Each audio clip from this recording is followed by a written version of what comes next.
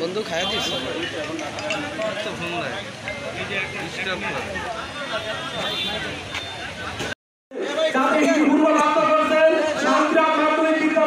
প্রধান শিক্ষকদের হয়রানিমূলক পূর্বপরিকল্পিতভাবে অস্ত্র বাড়িতে রেখে যেভাবে তাকে গ্রেপ্তার করেছে ঠিক তেমনিও একই কায়দায় আমার প্রিয় ভাই মোহাম্মদ হাসান নুরানি মাদ্রাসার শিক্ষক এবং পল্লী চিকিৎসক সে কখনো একটা মুরগি জমা করতে পারে না।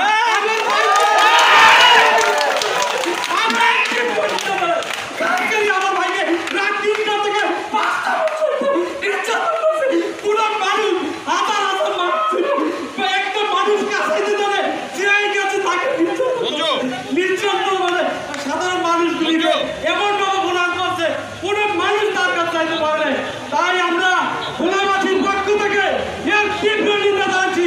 অনতিবিলম্বে যারা এই অন্যায়ের সাথে জড়িত তাদেরকে গ্রেফতার করে এই বর্তমান সরকার যেভাবে রাজ পরিচালনা করে যাচ্ছে তাহলে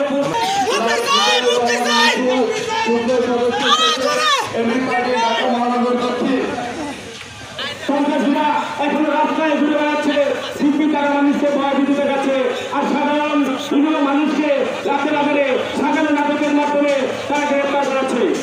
আমরা সাংবাদিকদের মাধ্যমে স্বরাষ্ট্র মন্ত্রণালয় এবং পুলিশ সময় মহোদয়ের কাছে দাবি জানাই এগুলোর সঠিক তদন্তের মাধ্যমে যারা পরিচিত দোষী তাদের বিচার করা হোক।